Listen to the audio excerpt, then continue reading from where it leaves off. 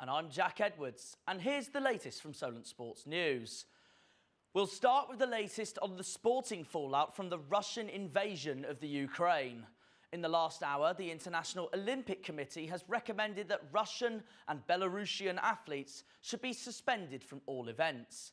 It comes as FIFA are looking at suspending the country until further notice.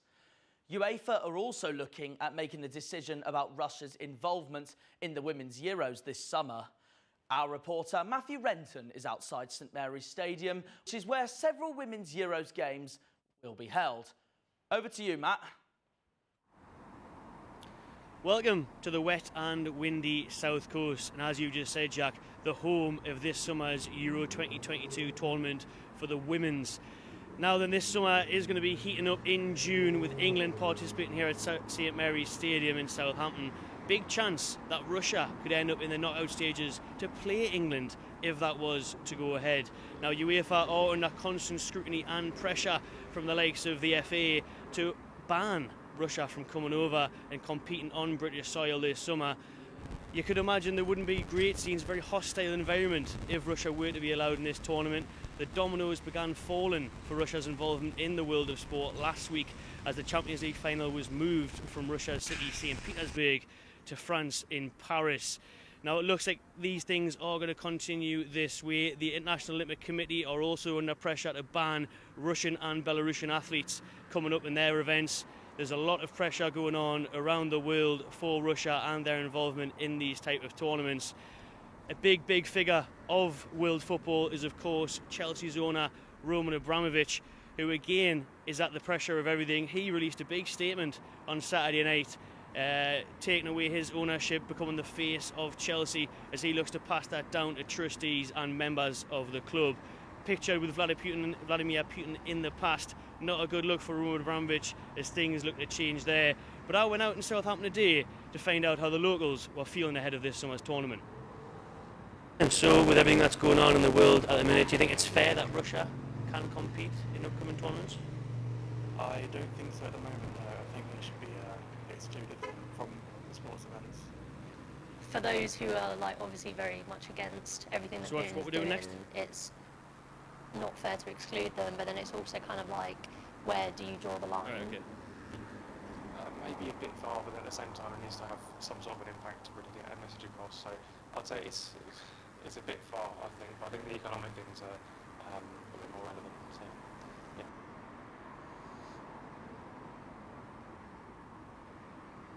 As you can see there, then pretty much the majority are in favour of banning Russia. It's a difficult one, to be honest with you, because there's many Russians that are protesting against Vladimir Putin, but the way things are going over there, everybody wants the right decision, everybody just wants peace, so hopefully things can come to a conclusion soon and we can still have a very exciting games this summer at St Mary's.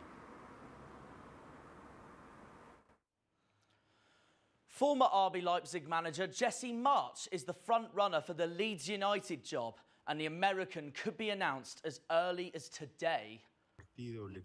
Marcelo Bielsa was sacked by the club on Sunday, with the Whites sitting only 2 points above the relegation zone. Liverpool win the Carabao Cup for the 9th time. The Reds defeated Chelsea 11-10 in what was a dramatic penalty shootout after both teams ended after extra time goalless. Manager Jurgen Klopp has called out Cup hero Calvin Kelleher as the world's best backup goalkeeper.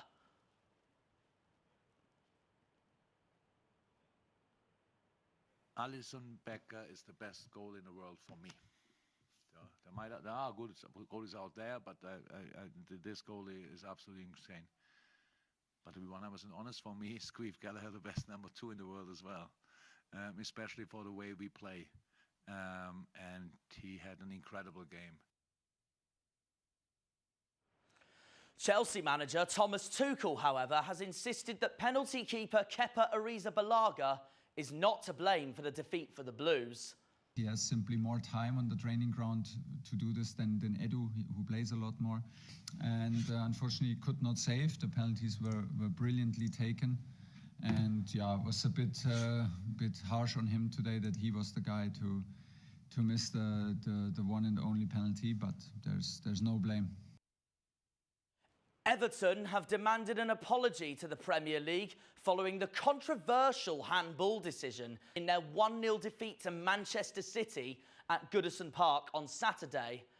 Manager Frank Lampard said his 3-year-old daughter would have known his side I've spoken to the referee. I've spoken to the referees on the day, and they know it's a penalty. So my question was whether it was offside in the build-up. It wasn't. He either should have told the referee it's a penalty, give it, or say go and look just to be clear. And I can't understand why he didn't. We've lost a point, potentially, while we're fighting for our life by a professional who can't do his job right. The Solent football first team have had a very good season. They've won the Bucks League and have booked a spot in the Western Conference Cup finals against South Wales. In the studio, we have us first team goalkeeper, Ben Hayward. Ben, it sounds like you had a better time than Kepa did last night. Yeah, you could say so. He had a little bit of a stinker, didn't he? But yeah, we've had a brilliant season so far. Undefeated, want to finish as Invincibles. We've got one more league game on Wednesday that we want to finish off right, and one more big cup final the following week. So yeah. Fantastic. And how did it feel for the whole team to win the Bucks League? And did the team do anything to get up to celebrate, regardless of it all? Yeah, it's a good question. It's brilliant feeling, to be honest. It's nothing more than what we deserve. We've put in a lot of work off the training pitch as well, in the classroom, as well as training on Mondays, Fridays and match days on Wednesdays. And sad to say that we enjoyed it last week. Wednesday onto the weekend. We had a good weekend. Amazing. So what's the plan for action for you then before the final in South Wales? Well, we're going to prepare as usual this week. Like I said, we've got a big game against, well, I say big game, although we've already won the division. We want to finish off right against Winchester on Wednesday. So we're going to prepare as usual. We've got training tonight, although I won't be involved because I've had a little bit of a niggle with my right knee. So we'll prepare as usual. We're in the classroom again tomorrow, and we're in the classroom again we're in training Friday, following Monday, and then we'll be travelling to South Wales next Wednesday, hoping to bring home the Conference Cup. And then how's it going for you and the team preparing for this final? Like I said, preparing as usual. It's going all right. Spirits are high in the camp, so we'll prepare as usual. Do what we can. We'll probably have a bit of a more of an intense session tonight, I presume. Although obviously I won't be there. In prep for Wednesday, might have a little bit more of a fun session on Friday, but we'll put it all in for next week because we want to finish the season on Invincibles, don't we? Fantastic. Reminds me of Arsenal in 2004. Best of luck on behalf of the whole university, and hopefully you'll be as joyful as Kelleher last night. Moving to rugby, Ireland struck gold in yesterday's Six Nations performance. The Greens thrashed Italy 57-6 in their dominating play. With the Irish victory, they will now have a date set with Eddie Jones and England's Roses come March the 12th. England are coming off an impressive 23-19 win by defeating Wales in a tight match over the weekend. Other fixtures being played week 4 include Wales taking on France and Scotland versus Italy. On to some boxing news now, and Lawrence Ockerley retains the WBO cruiserweight title. The 29-year-old beats Michał Cieślak from Poland with an unanimous decision. The judges' scorecards read 117 to 110, 116 to 111 and 115 to 112, all to Ockerley. The Brit is now eyeing a possible move up to heavyweight for his next contest. Meanwhile, a boxing trainer from Southampton has fought for the first time. Ashley Brown has worked at pound for pound for 3 years, but has never actually fought. That's all changed, though, as Stanley Ifakuchi reports.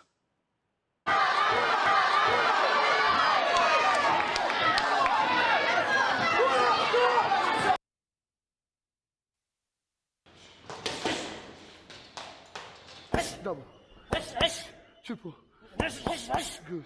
Right. Born and raised in Millbrook, Ashley Brown is a 21-year-old fitness and boxing coach at Pound for Pound, the boxing gym in Southampton, Hampshire. I decided to become a personal trainer, again, and this is where Steve's a massive inspiration, meeting Steve. Seeing what he did down at the gym. He was a personal trainer himself, he was also a boxing coach. He was everything I wanted to strive to become, to help other people.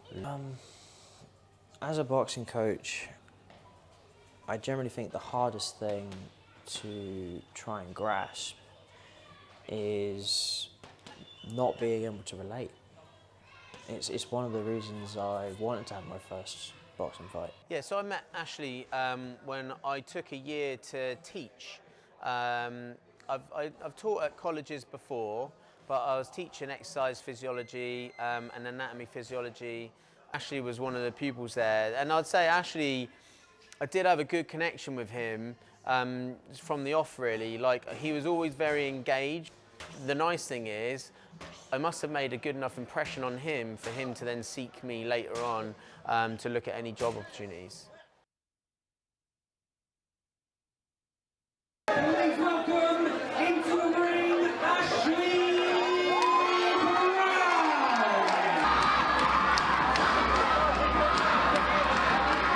The crowd.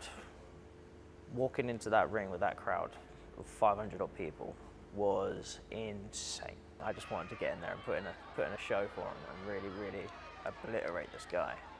And that's it. The plan gone. And this is where I made my biggest mistake in that first round was I did too much. I was throwing shots when I didn't even need to throw shots. I mean, I threw shots, I hurt him with an uppercut and a hook, and then he put his guard up. As soon as he put his guard up, the shots I threw afterwards didn't make a difference. They were just hitting his gloves. So be amazed what your body can do if your mindset's right, okay? So he went back to his corner, they spoke to him, he came back out, and I think through Ashley's tiredness, he then decided to push the fight himself, and where they went at it, the problem there was he then had this huge energy dump, yeah? So how does Ashley's mom feel about him boxing? Not really happy with him boxing, but at the end of the day I can't stop him from boxing. Obviously, you didn't go to see the fight, his first fight. No. But I watched it, but I watched it after he had the fight, and I cried my eyes out.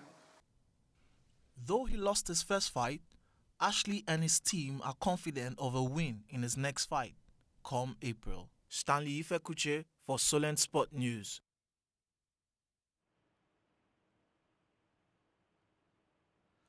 That's all for now. We'll be back at the same time next week for some more news here at Solent Sports News. I hope you have a wonderful evening and take care.